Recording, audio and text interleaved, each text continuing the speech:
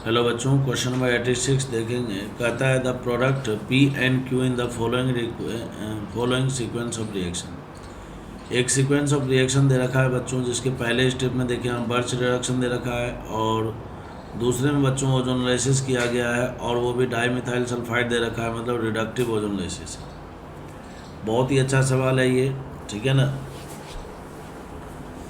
तो इसमें देखिए बच्चों, सबसे पहला नंबर बर्च रिडक्शन जब बेंजीन या बेंजीन डेरिवेटिव में होता है तो क्या क्या होता है ये आपको समझना चाहिए बच्चों। बेंजीन, सिंपल बेंजीन में जब बर्च रिडक्शन यहाँ पर लिथियम के साथ लिक्विड NH3 हम लोग यूज में लेते हैं तो वैसी स्थिति में बच्चों यहाँ पर 1,4 एडिशन होता है ना। मतलब ये 1 और ये 4, तो 1 और 4 पर जो है हाइड्रोजन जुड़ेंगे। इस प्रकार से यहाँ पर डबल बॉन्ड, और ये जो कंजुगेशन है इसको आपको रेजोनेंस से इधर शिफ्ट कर देना है। जैसे ही आप करोगे तो ये बन गया। यही बच्चों अगर इस बेंजीन में कोई इलेक्ट्रॉन विड्रॉइंग ग्रुप लगा हुआ हो, है ना, इलेक्ट्रॉन विड्रॉइंग ग्रुप, जैसे मान ली कोई CHO ग्रुप लगा हो, कोई भी खींचने वाला ग्रुप, तो भी बच्चों यहाँ पर बर्च में क्या होगा, 1,4 एडिशन ही होता है। और 1,4 एडिशन में 1 पोजीशन रहेगा वो वाला कार्बन जहाँ पर इलेक्ट्रॉन विड्रॉइंग ग्रुप जुड़े होते हैं। तो वैसी स्थिति में यहाँ पर भी product same to same way में वैसे ही बनेगा, ये 1 और ये 4, और यहाँ पर CHO लग जाएगा। और एक और सिचुएशन होता है जब यहाँ पर कोई इलेक्ट्रॉन डोनेटिंग ग्रुप लगा हुआ रहेगा। जब कोई इलेक्ट्रॉन डोनेटिंग ग्रुप लगा हुआ होता है, ठीक है ना, जब कोई इलेक्ट्रॉन डोनेटिंग ग्रुप लगा हुआ होता है तो वैसी स्थिति में हम क्या करते हैं बच्चों, यहाँ पर 2,5 एडिशन होता है। क्या होता है, 2,5 एडिशन। और हमेशा 1 फर्स्ट कार्बन उसको मानेंगे जहाँ पर ग्रुप लगे हुए होंगे, तो ये 1 हो गया। अब उसके बाद यहाँ पर क्या करना है ना, यहाँ पर क्या करना है बच्चों, 2 हमेशा उसको बोलते हैं। देखिए अब एक पाई बॉन्ड यहाँ पर है और एक पाई बॉन्ड इधर है बच्चों, है ना, तो 2 अपन इसको बोलेंगे, फिर 3, फिर 4 और 5। आया समझ में। 1 इसको बोलते हैं और 2 अपन बच्चों इसको बोलेंगे। क्यों? क्योंकि यहाँ पर जब हम हाइड्रोजन का एडिशन करेंगे, देखिए हाइड्रोजन का एडिशन हम कहाँ पर करने वाले हैं, दूसरे पर करने वाले हैं, तो इसलिए दूसरे पर जो पाई बॉन्ड है ना उसको हमें शिफ्ट करना पड़ेगा। दूसरे पर जो पाई बॉन्ड है उसको हमें क्या करना पड़ेगा, शिफ्ट करना पड़ेगा। इधर से भी कर सकते हैं, ऐसी बात नहीं है। इधर से करेंगे तो फिर क्या होगा, इसका डायरेक्शन हमें इस तरफ देना पड़ेगा, इस तरफ, ठीक है ना। तो इसलिए जो मैं बोल रहा हूँ उसको आप समझिए। 1 इसको बोलना है, और ये जो पाई बॉन्ड डायरेक्ट 1 से लगा हुआ है उसको बिल्कुल भी नहीं छेड़ना है। दूसरा वाला जो पाई बॉन्ड है उसको 2 बोल दीजिए, फिर 3, 4, 5। अब हमें क्या करना है, ये जो 2 और 5 के बीच में जो कंजुगेशन बन रहा है उसमें रेजोनेंस करा देना है। जैसे हम रेजोनेंस कराएंगे बच्चों तो दूसरा और 5वां वाला पोजीशन खाली हो जाएगा और तीसरे चौथे के बीच में एक डबल बॉन्ड आ जाएगा। ऐसा आ गया समझ में। और यहाँ पर बच्चों हाइड्रोजन ऑटोमेटिक जुड़ जाएगा। तो ये आपका 2,5 एडिशन से बनने वाला प्रोडक्ट है। इसका एक और प्रोडक्ट हो सकता है, अगर आप इसकी नंबरिंग को बदल दें तो। ऐसा नहीं है कि केवल उधर से ही हो सकता है, इधर से भी कर सकते हैं। जैसे देखिए यहाँ पर OMe दे दिया, यहाँ पर पाई दे दिया। मान लीजिए कि अब इसमें हमें 2,5 एडिशन करना है, तो 2,5 एडिशन के लिए 1, 2 बोल दिया, 3 बोल दिया, 4 बोल दिया और 5 बोल दिया। तो हमें देखना है कि 2 और 5 में कंजुगेशन किधर से बन रहा है।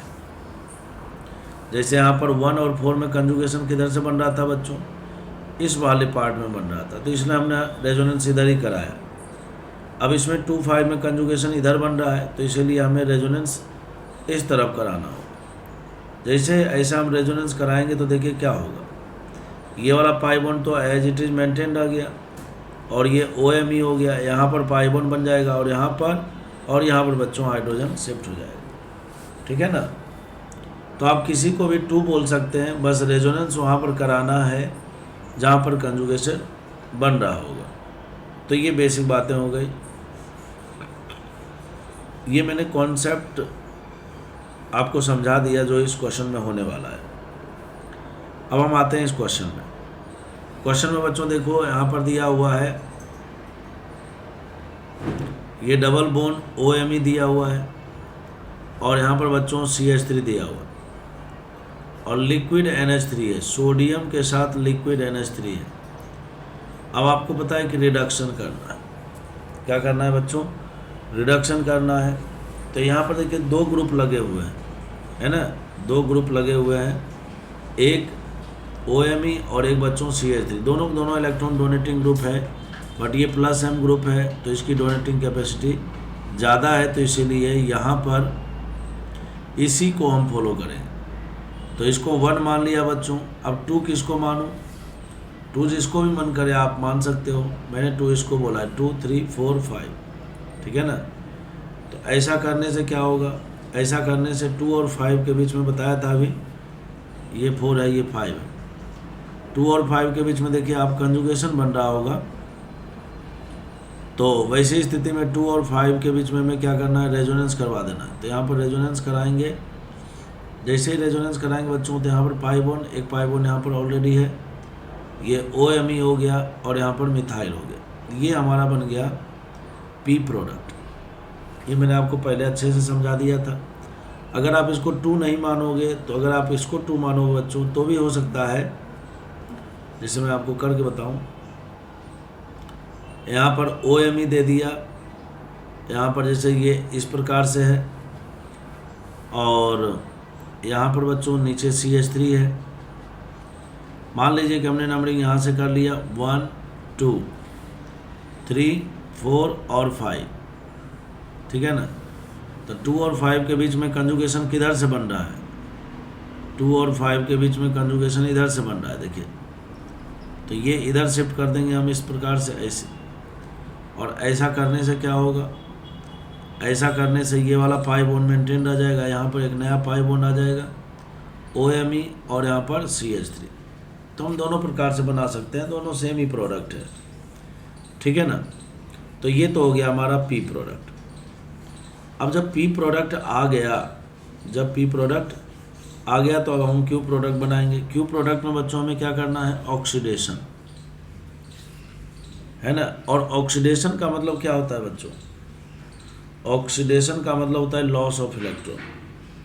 ऑक्सीडेशन का मतलब क्या होता है, लॉस ऑफ इलेक्ट्रॉन। तो ऑक्सीडेशन हमेशा उसी साइड का होगा, ठीक है ना। जैसे देखिए ऐसा इसलिए सोचना पड़ रहा है ना, क्योंकि अब यहाँ पर क्या है, देखिए 2 पाई बॉन्ड है, एक पाई बॉन्ड यहाँ भी है और एक पाई बॉन्ड यहाँ पर भी है। तो अब आप इसका ऑक्सीडेशन करोगे, जब ओजोनलाइसिस करोगे, ठीक है ना, तो आप सोचोगे ना कि किस वाले डबल बॉन्ड का ऑक्सीडेशन होगा।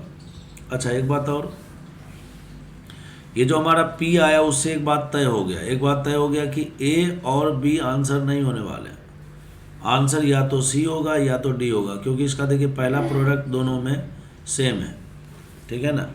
लेकिन दूसरे में क्या है ना, बहुत ही अच्छा ऑप्शन बनाया गया। दूसरे में क्या किया, एक तरफ ऑक्सीजन वाले डबल बॉन्ड को तोड़ दिया है और एक बार इसने मिथाइल वाले ऑक्सीजन को तोड़ दिया है। तो अब यहाँ पर आपका कॉन्सेप्ट क्लियर होना चाहिए कि कौन सा डबल बॉन्ड टूटेगा।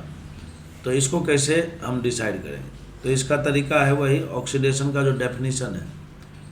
ऑक्सीडेशन का मतलब क्या होता है, ऑक्सीडेशन का मतलब होता है लॉस ऑफ इलेक्ट्रॉन।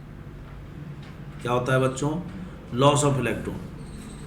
तो इलेक्ट्रॉन का लॉस होना है, तो सवाल उठता है कि इलेक्ट्रॉन का लॉस जल्दी कौन करेगा। तो इलेक्ट्रॉन का लॉस जल्दी वही करेगा, वही एल्कीन्स पर ऑक्सीडेशन सबसे फास्टली होगा जहाँ पर इलेक्ट्रॉन डेंसिटी क्या होगी, ज़्यादा होगी।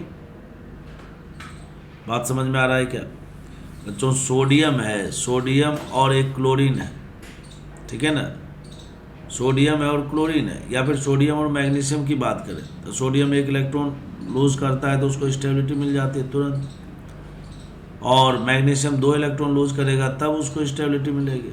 तो इलेक्ट्रॉन डोनेट करने की जो कैपेसिटी होगी फास्टली, ऑक्सीडेशन किसका होगा, सोडियम का होगा, ठीक है ना। खैर उतना डिटेल में नहीं जाना है अपने को केवल इतना ध्यान रखना है कि ऑक्सीडेशन का मतलब होता है लॉस ऑफ इलेक्ट्रॉन।